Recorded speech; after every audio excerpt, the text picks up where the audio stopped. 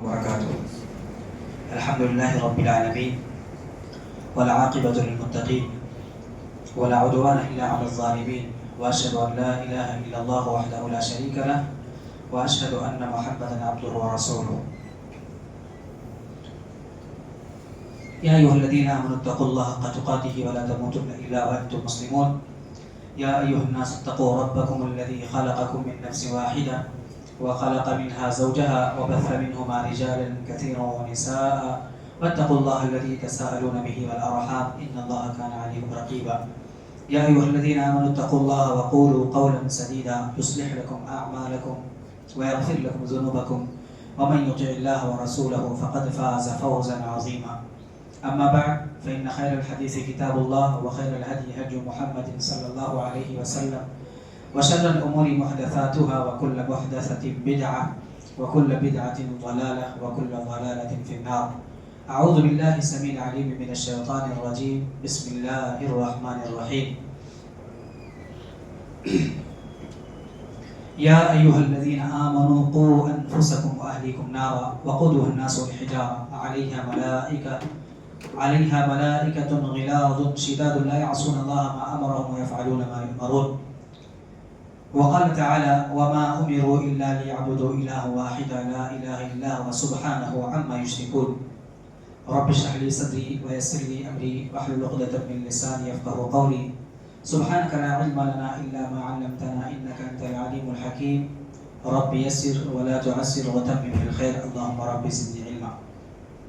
معزز حاضرین اور پردہ نشین خواتین، اللہ رب العالمین کا شکر و احسان اور اس کا فضل عظیم ہے کہ ہم لوگ ہفتہ واری اتوار کے درس میں مسلسل 3 کتابیں اصول ثلاثہ، قواعد اربعہ اور کشف الشبہات، جو تینوں شیخ الاسلام محمد بن عبد الوہاب رحمہ اللہ کی ہیں، بہت ہی اطمینان کے ساتھ، سکون کے ساتھ اور سہولت کے ساتھ مکمل کی. یہ یقیناً اللہ رب العالمین کی توفیق خاص ہے، ورنہ اتنا بڑا کام اور باقاعدہ استمرار کے ساتھ کنٹینیوس یہ کام نہیں ہوتا ہے، عام طور پر رک جاتا ہے. اس سے پہلے بھی میں نے کئی مساجد میں دروس کا سلسلہ شروع کیا تھا، لیکن باقاعدہ ایک طرف سے اتنی ساری کتابیں اب تک مکمل نہیں ہوئی تھی. یہ اللہ رب العالمین کا فضل و کرم اور اس کی توفیق خاص ہی ہے. اب انشاءاللہ العزیز کوشش یہ کرتے ہیں کہ ایک اور کتاب جو کہ بہت ہی اہم ہے، نواقض اسلام، اور جو ترتیب ہماری چل رہی ہے شرک اور توحید اور اسی طرح سے شرک اور کفر کے شبہات وغیرہ اعتراضات اور اس کے جوابات، اس اعتبار سے نواقض اسلام اچھی ترتیب بنتی ہے، لہٰذا مناسب سمجھا گیا کہ اس کا درس شروع کیا جائے. نواقض اسلام بھی شیخ الاسلام محمد بن عبد الوہاب رحمہ اللہ کی مایہ ناز کتاب ہے. سب سے پہلے ہم، جیسا کہ اس سے پہلے بھی کتابوں کی شروعات میں آغاز میں شیخ الاسلام محمد بن عبد الوہاب رحمہ اللہ کا مختصر تعارف پیش کرتے ہیں. آج بھی مناسب ہے کہ جب اتنے بڑے عالم دین اور مجدد دین نے باقاعدہ امت کی خیر خواہی کے لیے، امت کی فکر مندی میں باقاعدہ محنت کی ہے، کوشش کی ہے، اور جو بھی اللہ رب العالمین نے آپ کو علم دیا تھا اس علم کو امت تک پہنچایا ہے، تو ہمیں بھی، ہمارے لیے بھی لازم ہے کہ ہم بھی موصوف کو یاد رکھیں، اپنی دعاؤں میں بھی یاد رکھیں، اور باقاعدہ ان کی جو کارکردگی ہے، ان کی جو محنت ہے، اس کی بھی ہم تعظیم کریں، تعریف بھی کریں. شیخ الاسلام محمد بن عبد الوہاب رحمہ اللہ یہ امام اور شیخ الاسلام کے لقب سے جانے جاتے ہیں.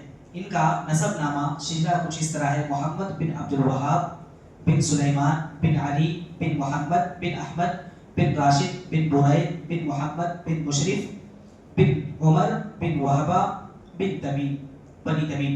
اس لیے ان کے لقب کے ساتھ تمیمی بھی کہا جاتا ہے.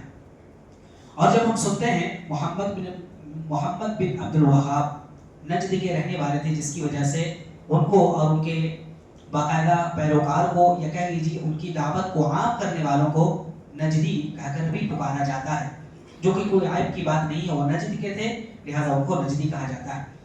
ان کی ولادت اوعینا کے اندر ہوئی. سعودی عرب کا ایک شہر ہے اوعینا, وہاں پر ان کی ولادت ہوئی 1115 میں. اس سے پہلے بھی ان کی تاریخ بتائی گئی تھی. یہ ہجری کی تاریخ ہے 1115. ان کا گھرانہ علمی گھرانہ تھا, دیندار گھرانہ تھا, اور ان کے والد اور ان کے دادا خود بڑے عالم تھے. نجد کے اس زمانے کے بڑے عالم مانے جاتے تھے.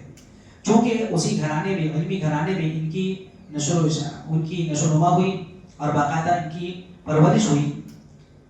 10 سال عمر ابھی نہیں ہوئی تھی کہ انہوں نے حفظ قرآن مکمل کر لیا. الحمدللہ 10 سال سے پہلے انہوں نے مکمل کر دیا. اور جس طرح سے وہاں پر رواج تھا اس زمانے میں باقاعدہ کتابیں پڑھنے کا, فقہ, حدیث, تفسیر وغیرہ کے علم حاصل کرنے کا, تو انہوں نے بھی فقہ وغیرہ کا درس شروع کیا. اور ان کا حافظہ چونکہ بہت ہی مضبوط تھا, بہت ہی قوی تھا, لہٰذا تفسیر حدیث میں رات دن وہ محنت کرتے تھے, مطالعہ کرتے رہتے تھے. اور شروع میں آج بھی عرب میں یہ رواج ہے کہ مختصر متون علمیہ, یعنی بہت ہی مفصل اور بہت ہی ایکسپلین والی کتابوں کے پڑھنے سے پہلے مختصر چند صفحات پر مشتمل کتابیں ہوتی ہیں, ان کو مکمل یاد کرتے, بائی ہارٹ وہ یاد کر لیتے. جس طرح قرآن کی صورتیں یاد کرتے ہیں اسی طرح سے وہ یاد کرتے ہیں. تو انہوں نے بھی الگ الگ فن میں, تفسیر میں, حدیث میں, اسی طرح سے نحو میں, صرف میں, گرامر میں, ان تمام چیزوں میں انہوں نے بہت ہی متون یاد کر لیا. اس کے بعد باقاعدہ احسا کی طرف وہ روانہ ہو گئے, وہ بھی ایک شہر ہے. اسی طرح سے مکہ کی طرف, مدینے کی طرف باقاعدہ ان کا سفر, علمی سفر جاری رہا.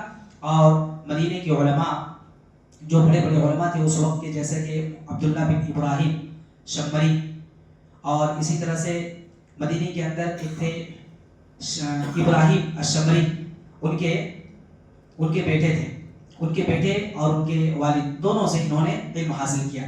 اسی طرح سے فرائض کا علم حاصل کیا, الفیہ, ٹھیک ہے. اسی طرح سے ایک بڑے محدث تھے اس وقت محمد حیات السندی, ان سے بھی جا کر کے انہوں نے علم حاصل کیا. اور باقاعدہ امہات الکتب بھی پڑھی.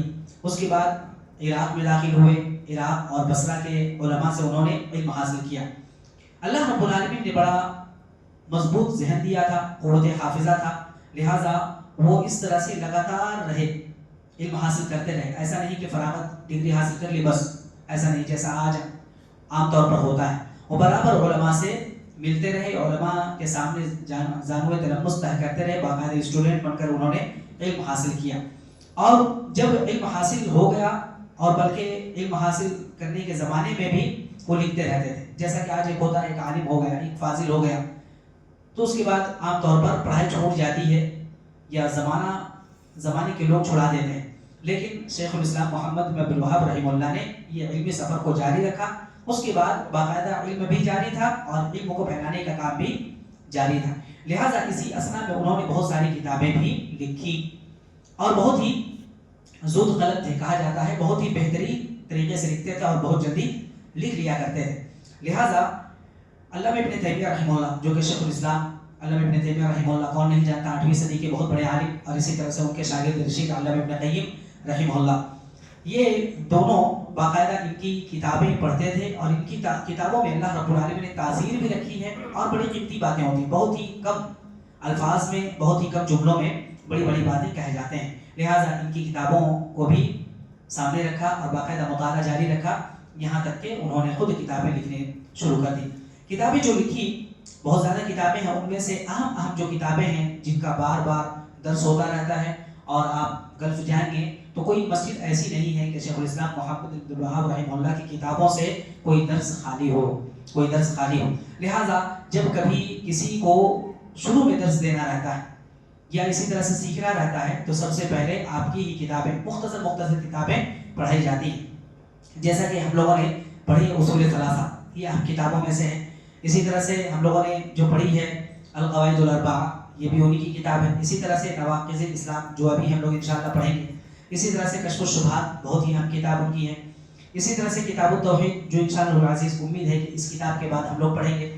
اسی طرح سے مسائل الجاہلیہ ہے, ایک زاد المعاد جو علامہ ابن قیم رحمہ اللہ کی لکھی ہوئی کتاب ہے, بہت ہی ایکسپلین کے ساتھ انہوں نے لکھا, بہت ہی شرح و بسط کے ساتھ, بہت موٹی ہے, لیکن شیخ الاسلام محمد بن عبد الوہاب رحمہ اللہ نے اس کو مختصر کر دیا ہے, جس کا نام مختصر زاد المعاد رکھا گیا ہے.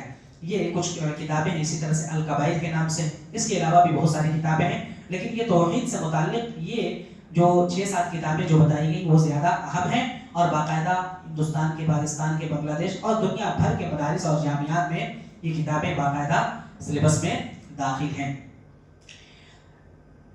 شیخ الاسلام محمد عبد الوہاب رحمہ اللہ نے اپنی پوری زندگی یا تو علم حاصل کرنے میں یا علم کی نشر و اشاعت میں گزار دی۔ اسی طرح سے 1206 ہجری تقریباً یہ 100 کے قریب ان کو اللہ رب العالمین نے زندگی عطا کی، تقریباً 94-95 ایئرس زندہ یا 91 ایئرس رہے، اور 1206 ہجری میں ان کا انتقال ہوا، 1206 ہجری میں۔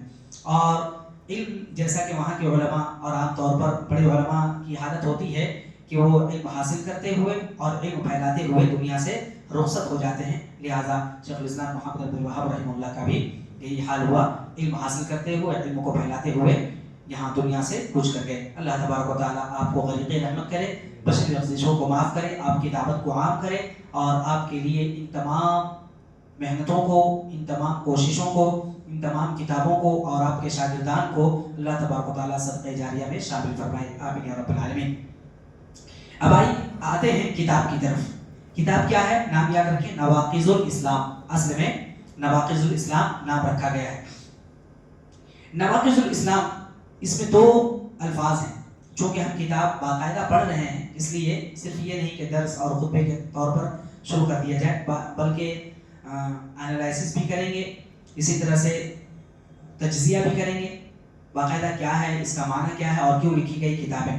تو دیکھیں، نواقض یہ پلورل ہے ناقض کا، ٹھیک ہے، ناقض ایک لفظ ہوتا ہے ناقص، اور ایک لفظ ہوتا ہے ناقض، نون الف قاف ضاد، اور ایک نون الف قاف صاد، دونوں میں بڑا فرق ہے۔ ناقص کا معنی ہوتا ہے انکمپلیٹ، ناقص کا معنی ہوتا ہے صاد سے انکمپلیٹ، اور ناقض کا معنی ہوتا ہے توڑ دینا، ناقص کا معنی ہوتا ہے توڑنے والی چیز، اسی کا پلورل ہے، جمع ہے نواقض۔ اور اسلام جانتے ہیں، اسلام کا معنی ہوتا ہے اپنے آپ کو سرنڈر کر دینا، سبمٹ کر دینا، اپنے آپ کو اللہ کے حوالے سونپ دینا، اور جس کو ہم کہہ سکتے ہیں کہ عبادت میں اللہ رب العالمین کے لیے، عبادت کو اللہ رب العالمین کے لیے خاص کرنا، یہ اسلام ہے، جس کو اسلام بھی کہتے ہیں، یعنی تمام تر عبادتوں کو اللہ رب العالمین کے لیے سونپ دینا، اللہ رب العالمین کے لیے ہی انجام دینا، یہ اسلام ہے، جس کو دوسرے لفظوں میں ہم توحید کے نام سے بھی جانتے ہیں، توحید۔ نواقض الاسلام کا معنی کیا ہوا؟ اسلام کو توڑ دینے والی چیزیں، اسلام کو توڑ دینے والی چیزیں۔ ناقص جو ہے، ناقص کا معنی کمی کرنا، اس کو ایک مثال سے سمجھ سکتے ہیں، جیسے گلاس میں ہم نے پانی بھرا، تو اس میں اگر کچھ کمی ہے تو اس کو کیا کہیں گے؟ ناقص، اور اگر گلاس ہی ٹوٹ جائے تو ہم کہیں گے ناقص، ہے نا، منقوص یا ٹوٹی ہوئی چیز۔ اسی طرح سے گاڑی کی مثال ہم لے لیتے ہیں، ایک گاڑی ہے جس کو ہم چلا رہے ہیں، اور اسی طرح سے مثال کے طور پر انڈیکیٹر ہے، یا اسی طرح سے سامنے کی گلاس ہے، اگر ٹوٹ گئی ہوئی چیز ہے تو کیا کہیں گے؟ گاڑی ناقص ہے۔ لیکن اگر انجن ہی خراب ہو جائے تو کہیں گے ناقص، اس کے بغیر گاڑی نہیں چل سکتی، گاڑی نہیں چل سکتی۔ تو جس طرح سے اس کے بغیر، انجن کے بغیر گاڑی نہیں چل سکتی، اسی طرح سے ناقص کے رہتے ہوئے اسلام اور ہماری توحید نہیں چل سکتی، کوئی اعتبار نہیں۔ اگر انجن ہی نکال دیا جائے، انجن خراب ہو جائے، گاڑی کا کوئی کام نہیں، کوئی اعتبار نہیں۔ اسی طرح سے اگر کوئی ناقص پایا گیا تو اسلام کی کوئی حیثیت نہیں رہ جاتی۔ اسی طرح سے اگر ایک دوسری مثال، شریعت کی مثال ہم لیتے ہیں، وضو ہم کرتے ہیں، وضو سے پہلے اور وضو کے بعد کچھ چیزیں کرتے ہیں، مثال کے طور پر وضو سے پہلے مسواک ہے، ہم نے مسواک نہیں کیا، مسواک کرنا کیا ہے؟ سنت ہے۔ اگر ہم نہیں کرتے ہیں تو کہیں گے وضو ناقص ہے، یعنی مکمل طور پر سنت کی ادائیگی نہیں ہوئی۔ جو 10 سنتیں ہیں، 10 سنتوں میں ایک سنت چھوٹ گئی، لیکن وضو پر زیادہ اثر نہیں پڑے گا، بس اجر میں تھوڑی کمی ہو جائے گی۔ لیکن اگر وضو ہم کریں اور ارکان میں سے کوئی ایک چھوڑ دیں، مثال کے طور پر کلی کرنا ہم نے چھوڑ دیا، یا ہاتھ یہاں تک دھونا ہم نے چھوڑ دیا، یا چہرے کو ہم نے ملنا چھوڑ دیا، اگر پیر دھونا چھوڑ دیا یا اسی طرح سے مساج چھوڑ دیا، کسی ایک کو ہم نے چھوڑ دیا تو کیا کہیں گے؟ ناقص۔ یا ہم نے وضو تو کر لیا مکمل طور پر، مسواک ہم نے کیا اور باقی شروع سے بسم اللہ کہہ کر ہم نے شروع کیا، اور باقی تمام 10 سنتوں کو مکمل کرتے ہوئے وضو کے بعد کی دعا بھی پڑھ لی، ہو تو گیا، لیکن بعد میں ہم نے مثال کے طور پر پیشاب کر لیا، یا اسی طرح سے وضو کو توڑنے والی چیزیں کچھ ہم سے سرزد ہو گئی، تو کیا کہیں گے؟ یہ ناقص ہے، جیسے ہوا خارج ہو گئی، یا اسی طرح سے ہم نے پیشاب کر لیا تو کیا ہوا؟ یہ ناقص ہے۔ تو وضو کرنے کے بعد بھی کیا ہوتا ہے؟ اس عمل کو انجام دینے کی وجہ سے وضو ختم ہو جاتا ہے۔ اسی طرح سے اسلام قبول کرنے کے بعد، ایمان لانے کے بعد بھی کچھ ایسے اعمال ہیں جو شیخ الاسلام محمد بن عبد الوہاب رحمہ اللہ نے اپنی کتاب میں ذکر کیا ہے، 10 مکمل چیزیں ہیں، تو ان کو انجام دینے سے یا ان میں سے کسی کو انجام دینے سے کسی طرح سے اسلام بھی ٹوٹ جاتا ہے۔ کوئی یہ نہ سمجھے کہ ہم نے تو اسلام قبول کر لیا ہے، ہم نے ایمان لے آیا ہے، اب ہمارا ایمان ایسا ہو گیا جیسا پہاڑ ہو، جیسا سخت پتھر ہو، ایسا نہیں ہے، بلکہ اسلام بہت ہی مضبوط بھی ہے تو بہت ہی وہ کمزور بھی ہے، کچھ چیزوں سے ٹوٹ جاتا ہے، کچھ چیزوں سے ٹوٹ جاتا ہے۔ ہم اس میں کتاب میں انہی چیزوں کو ہم پڑھیں گے، ٹھیک ہے؟ تو شیخ الاسلام محمد بن عبد الوہاب رحمہ اللہ نے اس کی پوری شرح کی ہے، میں نے آپ کے سامنے خلاصہ بیان کیا پہلے درس میں۔ اصلی کتاب جو ہے یہ شیخ الاسلام محمد بن عبد الوہاب رحمہ اللہ کی کتاب ہے، ان کو پڑھانے والے شروع سے ہی علماء کرام نے پڑھائی ہے۔ مثال کے طور پر شیخ علامہ ابن باز رحمہ اللہ ہے، اسی طرح سے شیخ محمد بن صالح العثیمین ہے، اسی طرح سے صالح بن فوزان الفوزان رحمہ اللہ ہے، حفظہ اللہ ہے۔ تو ان لوگوں نے بھی ان کتابوں کو، اس کتاب کا درس دیا ہے، اور یہ ایک مسجد میں ایک درس ہوا تھا صالح الفوزان حفظہ اللہ کا، تو باقاعدہ ریکارڈنگ ہوتی تھی، اور آج بھی ریکارڈنگ ہوتی ہے۔ ریکارڈنگ کے بعد تفریق کا نام دیتے ہیں، یعنی اس ریکارڈنگ کو سن کر کے باقاعدہ کتابی شکل دے دی جاتی ہے، اور پھر جس عالم کی کتاب ہوتی ہے، جس عالم کا درس ہوتا ہے، باقاعدہ ان سے اجازت لی جاتی ہے، پرمیشن کے بعد اس کتاب کی چھپائی ہوتی ہے۔ یہ وہاں کا طریقہ ہے۔ عام طور پر جو کتابیں ملتی ہیں، بہت ایسے نہیں کہ علماء لکھتے رہتے، اب جو طریقہ ہے وہ درس دیتے رہتے، اور بعد میں وہ کتاب پیش کر دی جاتی ہے، شیخ جہاں مناسب سمجھتے ہیں حسب و اضافے کے ساتھ کسی کو ہٹا دیتے ہیں، کسی کچھ اضافہ کرتے ہیں اپنی طرف سے، جو کمی رہتی ہے اس کے بعد باقاعدہ پرمیشن دے دیتے ہیں۔ تو اسی طرح سے ایک کتاب ہے، اس کی شرح ہے صالح الفوزان حفظہ اللہ کی، جنہوں نے ایک مسجد میں درس دیا تھا اور کئی دروس پر مشتمل ہے، تو یہ کتاب چھپی ہے، اور باقی جو کتابیں ہیں ان میں سے بنسبت زیادہ یہ بہتر لگی، پہلے بھی ہم نے پڑھی ہے، لہٰذا مشورے کے بعد بھی بات سمجھ میں آئی کہ صالح الفوزان حفظہ اللہ کی کتاب رکھی جائے، تاکہ جو خلاصہ ہے، جو اس کی شرح ہے، اور باقاعدہ اس کے بعد اور سیاق، اسی طرح سے کانٹیکسٹ، اور باقاعدہ جو محمد بن عبد الوہاب رحمہ اللہ کی عبارتیں ہیں، ان عبارتوں کو پڑھنے کے ساتھ ساتھ ہم یہ دیکھیں گے کہ اس کی شرح کیسی، ایکسپلین کیسی، یعنی اس کا معنی کیا ہے، اس کا معنی کیا ہے، اس کا معنی کیا ہے، اس طرح سے ہر ایک کو ہم دیکھنے کی کوشش کریں گے۔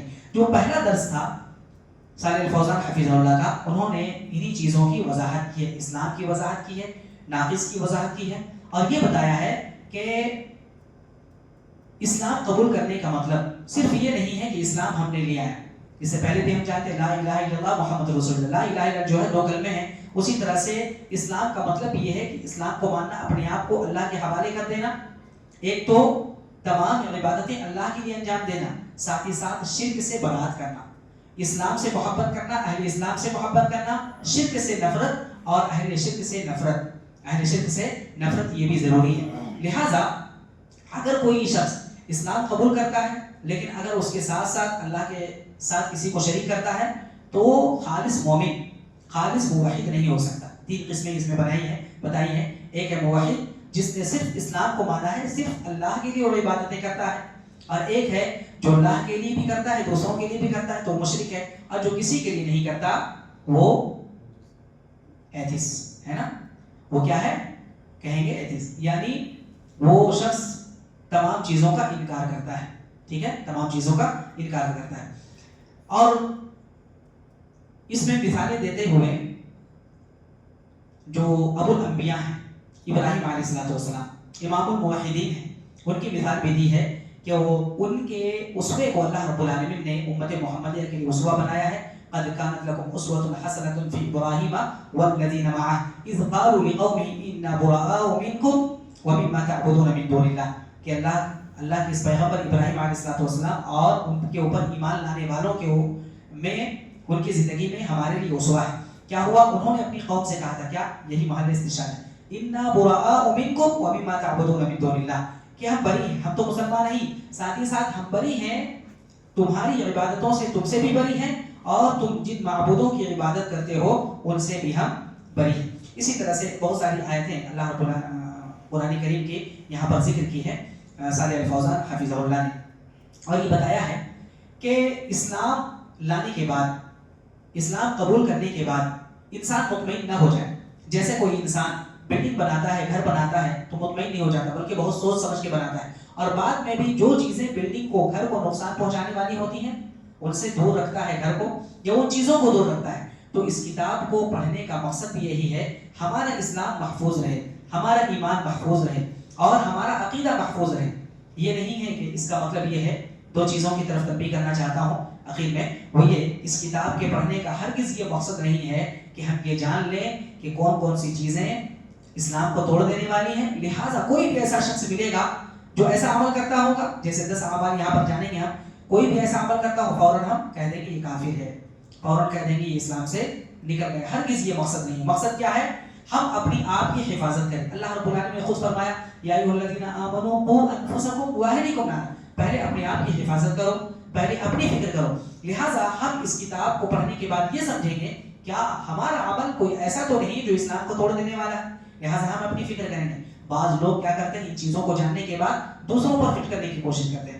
جیسے کوئی ہم نے سنا ہاں یہ عمل شرک والا ہے، یہ عمل کفر والا ہے، فوراً سوچنے لگتے، دوسروں پر دھیان دینے لگتے، کون کون ہے ہمارے معاشرے میں، کون کون ہے ہمارے خاندان میں، ہمارے دوستوں میں کون کون ہے جن کے اوپر یہ چیزیں فٹ ہوتی ہیں، لہٰذا یہ کافر، وہ کافر. اسی لیے شیخ الاسلام محمد بن الوہاب رحمہ اللہ کو بھی کچھ لوگوں نے بدنام کرنے کی کوشش کی ہے کہ یہ تکفیری، بات بات میں شرک اور بات بات میں کفر کی بات کرتے ہیں. نہیں، ہرگز یہ مقصد نہیں. مقصد یہ ہے کہ اپنے ایمان کی ہم حفاظت کریں، جان سکیں کہ ہمارے اس عمل کو، ہمارے اس ایمان کو، ہمارے اس عقیدے کو کون کون سی چیزیں نقصان پہنچاتی ہے، تو ہم دوسروں پر فٹ نہیں کریں گے. ایک چیز. دوسری بات یہ کہ اگر کسی کے اوپر کوئی چیز فٹ ہوتی ہے، مثال کے طور پر کوئی ہم نے چیز پڑھی جیسے غیروں سے فریاد کرنا یا غیروں کے سامنے سجدہ کرنا، یہ کفر ہے، اسی طرح سے شرک ہے.